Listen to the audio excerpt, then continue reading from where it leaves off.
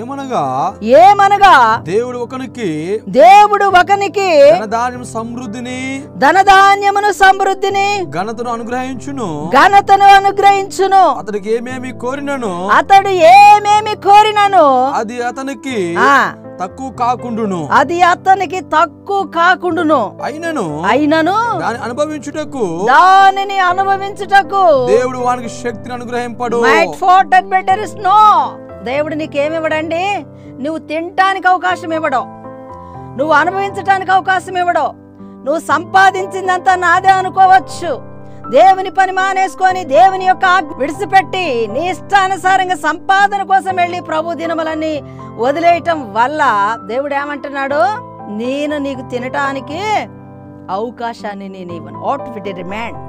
దేవుడి మాట స్టాండర్డ్ బిడ్డ.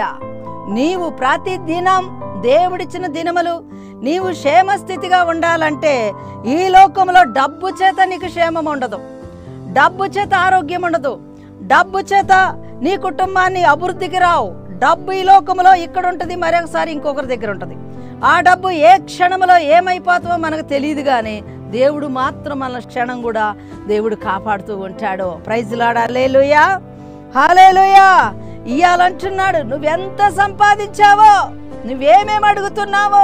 కొంతమంది నీతిమంతులు అనుకోవచ్చు, వాళ్ళు దేవుని మందిరానికే వెళ్ళట్లేదు కదా, వాళ్ళు ఎంతో సంపాదిస్తూ ఉన్నారు, వాళ్ళు ఎన్నో రీతుల్లో అభివృద్ధిలోకి వచ్చారు, వాళ్ళు ఎంతో విస్తరింపబడుతున్నారు, మేము ఎంత ప్రార్థన చేసినా మాకు విస్తారమైనది ఏదీ లేదు కదా, దేవుడు ఏం చేస్తాడని నువ్వు అనుకోవచ్చు. బిడ్డ, నీకు శ్రేష్టమైన ఆశీర్వాదాలు ముందున్నాయి.